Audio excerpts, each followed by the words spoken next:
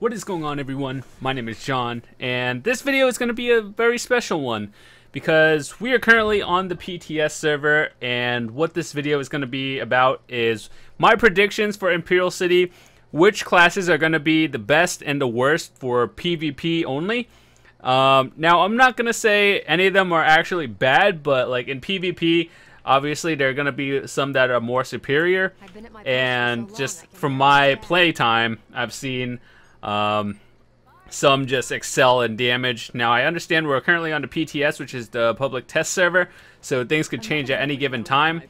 But as far as I know, and what I've seen, I do believe the Sorcerer, more specifically a Breton or High Elf Sorcerer, are going to be the #1 class for DPS and survivability in the game, just because, let's take a look at it for a second.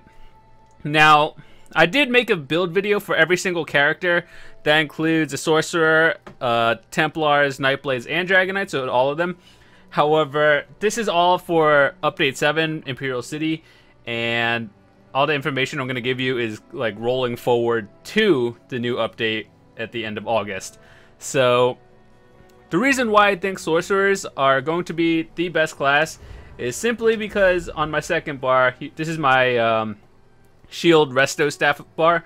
Now we have two different abilities, and this is your survivability one, where you have double shields up at all times, and then if you have that casted with your Power Overload ultimate, it just does a lot of damage. You can see people like two-shotting people, and that's really crazy. So if they don't fix it, we're gonna see everyone playing a Sorcerer. That includes like every 4 seconds you have double shields up, which means you pretty much don't die to anything.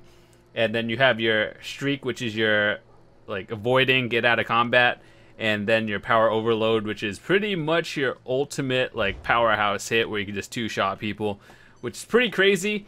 And yeah, so if you want to check out a build for any single character, you could check that out. I do have some on my channel, and there'll be a link in the description as well to the playlist. But anyway, we're not going over that right now. We're not going over builds. I'm just saying, like, this is the reason why you have a lot of different abilities, your AoEs, your escape, but primarily your Power Overload and your multiple shields. Now, another one that has been changed for the Sorcerer is the Resolving Vigor. It is under Alliance War.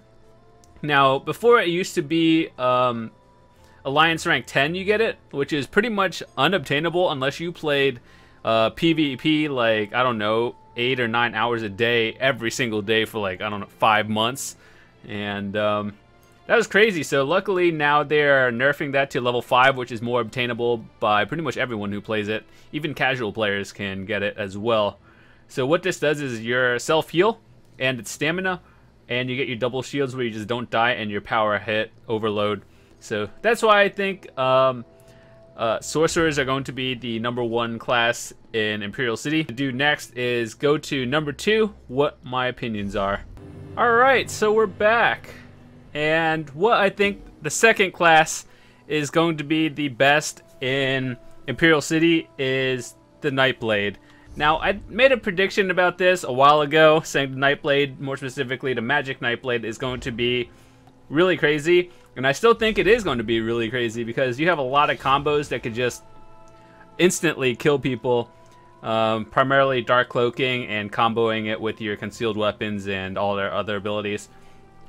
But the reason why I think Magic Nightblades are going to be really good in the near future is simply because you have a lot of different abilities and you have a lot of healing abilities which you can actually combine.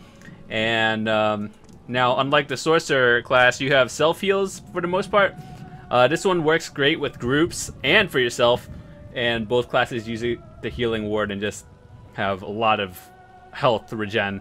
So you pretty much, if you're good at like dodging attacks, and for the most part, you should be really good, and you won't die at all. So overall, unlike the Sorcerer, where you don't have shields, you have actual physical shields, or like, and your ability should be so much better. And doing DPS, you can have a lot more maneuver and whatever.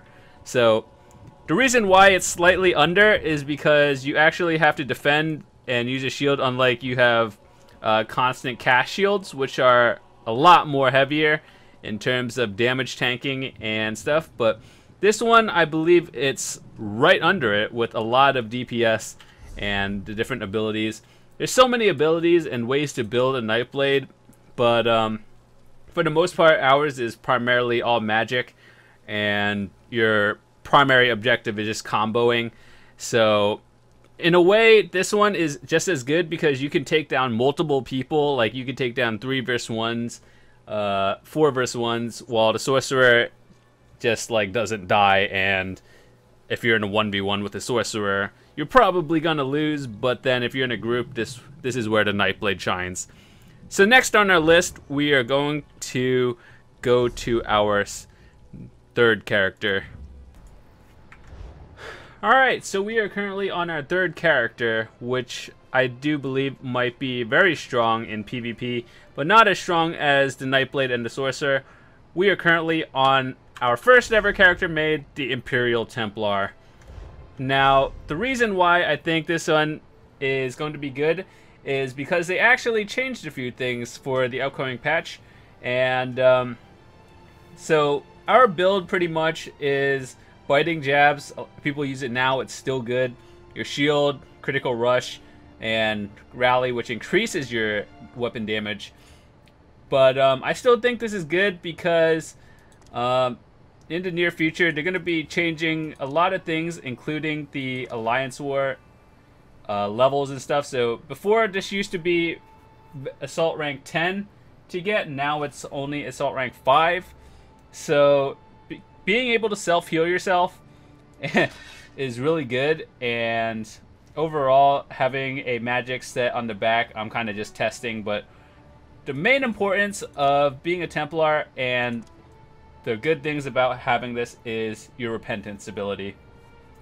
Now, this is a morph, but the reason why this is really good later is because now it gives you increased health, stamina, and magicka, and the reason why people use this is it has no cost to cast, and there's no cooldown. So pretty much as long as there's a dead body on the ground, you can cast it and regain like all 3 of your attributes at once by 10%. So generally this is like a free heal for all your stats. So that's why this is good, and it will always be good. And your blazing shield is your damage shield. Now, not only does this protect you, it does damage based on how much you do as long as the shield is up. And of course there are like a lot of different beams and stuff that you can execute enemies below like 30% health and just win. So this, the Templar does have a lot of AoE abilities, but it just doesn't do as much damage as a Nightblade or Sorcerer does. But it's really good for healing, and if you want to play a Stamina Templar, that would be primarily for a lot of DPS and constant action, more for PvE. But for PvP, you're going to want to go full magic and Templars, just because I do believe those are better fit for PvP. You have a lot more healing, and your abilities just hit harder with magic. So overall, I do think the Templar is the 3rd best character for Imperial City. It's not bad, but it just doesn't do as much damage, and we will still be seeing a lot of Templars in PvP. So let's go on to our final class. Alright, so we're on to our final character for the Imperial City PvP and my opinions on it. So we are finally back to our character, the Magic Dragon Knight. And why do I think this one is not as good as all of them, but it's still viable for PvP? Is because mostly this one, magic doing DPS in general is very hard with a Magic Knight or Dragon Knight. So I have different abilities set for combining my damage. So your Molten Whip is your primary weapon, and you're going to be using that for most of it, but primarily you're going to have to combo your Engulfing Flames, Structured Entropy, and Inner Light just to do over like 15,000 damage per Molten Whip hit. But some upcoming changes for Dragon Knights, well, not Dragon Knights specifically, but magic users, is the Mundus Stone, the Apprentice. Before it used to give increased spell penetration only. Now it's going to give you actual spell damage. So that's a huge buff for anyone just using magic. And the reason why I wouldn't say this is too amazing is simply because as a magic user, specifically, my health is kind of low. You would be using food, obviously, and in PvP you get a free bonus to health, like an extra 5,000. So I would be rocking around 21,000 health in Cyrodiil, but generally it just doesn't have any shields or anything. The only shields I would be using is, instead of a dual wield, I would be using one less sword and replacing that with a shield.